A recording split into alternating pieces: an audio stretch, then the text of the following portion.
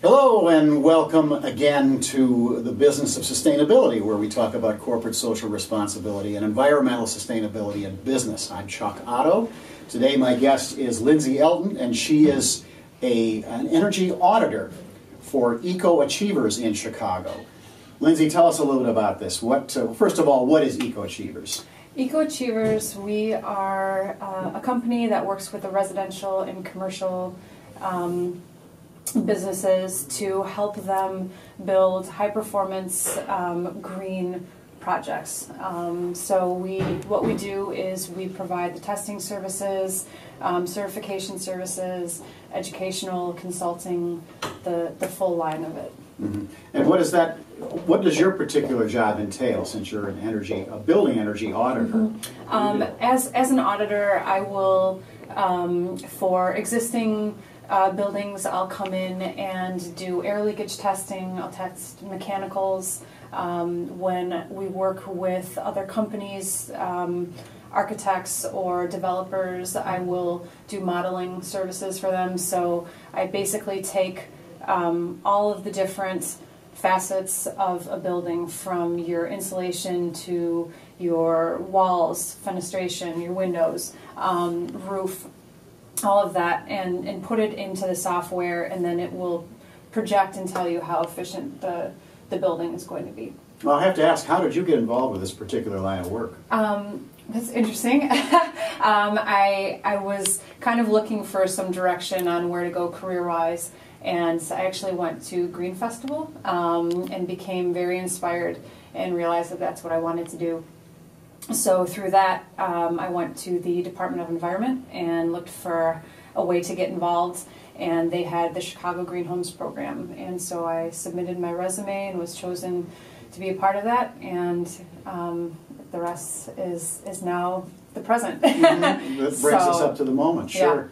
Yeah. So if I didn't say it previously more specifically, you are a home energy auditor, mm-hmm. But again, a lot of what you do could apply to a commercial Correct. Business as well, because you're concerned about energy efficiency, good insulation, et cetera, et cetera. So what does a typical day look like for you when you go and do an audit? The typical audit, if I were to go into a home, for instance, is to first, beforehand, talk to the homeowners on what their issues are.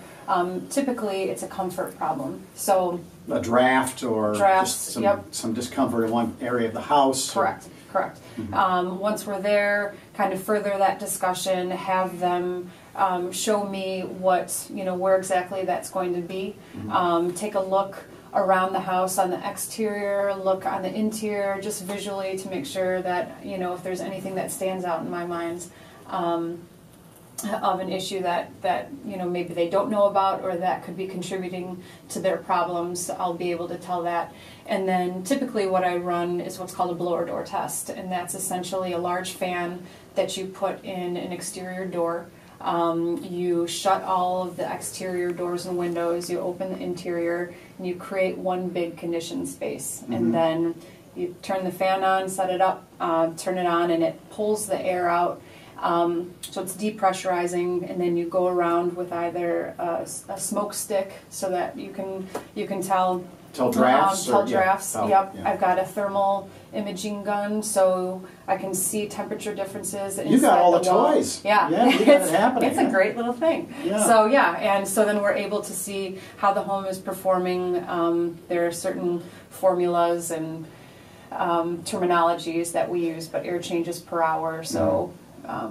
So just kind of go around and afterwards follow up with the homeowner on what we found, and a summary of suggestions on how they can remedy it. Mm-hmm.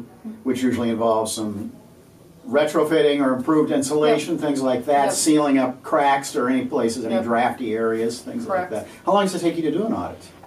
It depends on how big the home is, mm-hmm. and what the issues are, but I would say I like to be a little bit more thorough with things and make sure that the homeowner knows everything that's going on. So I would give it about 2 hours, hour and a half, 2 hours. Mm-hmm. So now again, as we mentioned, we're talking a little bit more about homes here, but a lot of what you're discussing, particularly in cities like Chicago, would apply to small businesses as well, to commercial spaces where, again, drafts and inefficient lighting and whatnot might apply.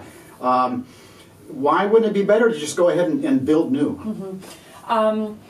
So one of the... Why not just tear it all down and start over? One of the philosophies that I've come to live by and have learned is that the greenest home, the greenest building is the one that's already there. So all of the work and energy that it took to create that structure, by tearing it down and building something that's new and green or high performing, you're wasting that. So you're kind of you're negating the philosophy that you went in, to build it by. So so we always try to make sure that we're using an existing structure first. You mentioned an urban setting where the water and the utilities, all of that is in place. You've got some of the services so that you're not creating new lines.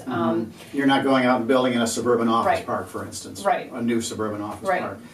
And I'm assuming you agree too that being within an urban area, close to mass transit, things like that, there are other ways that are also much more energy efficient. And there's the whole social aspect, economic aspect. The triple bottom line of people, planet, profit. Sure, the triple bottom line. To take a look at how really when we're working with homes. We're trying to answer all of that, and we're looking at our material usage, energy efficiency, the sustainability of the site, and just homeowner awareness. I think that's a big key part of it, whether it be a home or a building. You can put in all these different features with mechanicals and automated systems, but if it's not run correctly, it's not going to run correctly. Exactly. So you're going to see it in the inefficiency and other problems. Sure. Right. Well, how can folks find out more about your organization and how an energy audit works and what they might do to advance that area themselves? How they might So our company is called the Eco Achievers, and we can be found at ecoachievers.com. We can also be found on Facebook or LinkedIn. And other social media websites. So wonderful, Lindsey, Elton, thanks so much for being here. Really appreciate it, pleasure. and thank you for watching.